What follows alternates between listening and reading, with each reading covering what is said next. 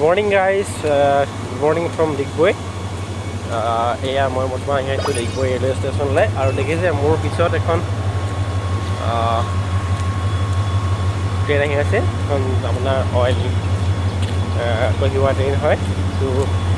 চাব কিমান ডবা থাকে এখন অইল কঢ়িওৱা ট্ৰেইনত কিমান মেট্ৰিক টন এটা ডবাৰ কেপাচিটি হয় বহু লাহে লাহে আহি আছে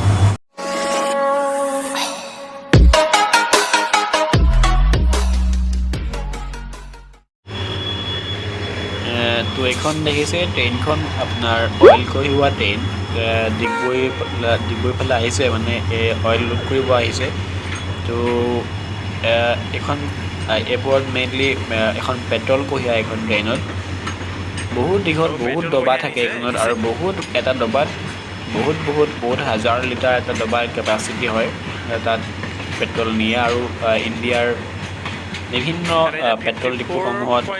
ইণ্ডিয়ান অইলৰ বা কিবা বেলেগ ডিপুসমূহত অইলৰ যোগান ধৰে আমাৰ অসমৰ পৰাই ইণ্ডিয়াৰ সকলোৱে জানে প্ৰায় 23% যিটো অইল হয় ইণ্ডিয়াৰ 23% অইল আমাৰ অসমে যোগান ধৰে অসমৰ পৰা যায় গতিকে এইখন দেখিছোঁ কিমান দীঘল ট্ৰেইন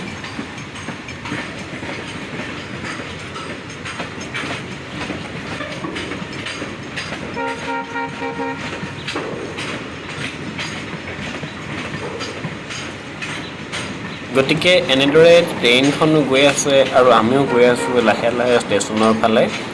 আৰু মই চাইছিলোঁ এই যিবোৰ দেখিছে আপুনি টেংকবোৰ মানে এটা ডবাবোৰত চেম্বাৰ থাকে মানে অইল প্ৰেছাৰটো অলপ ৰিডিউচ কৰিবৰ কাৰণে তাত চেম্বাৰ থাকে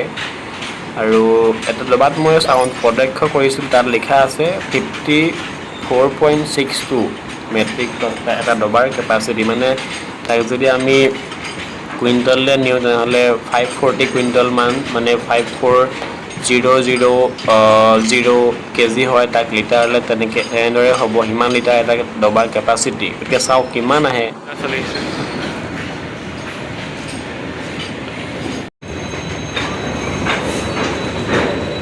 আৰু এনেদৰে আহি আমি এয়া দেখিছোঁ ৰেল গেটৰ ওচৰত ৰৈ আছোঁ আমি ক্ৰছ কৰিবলৈ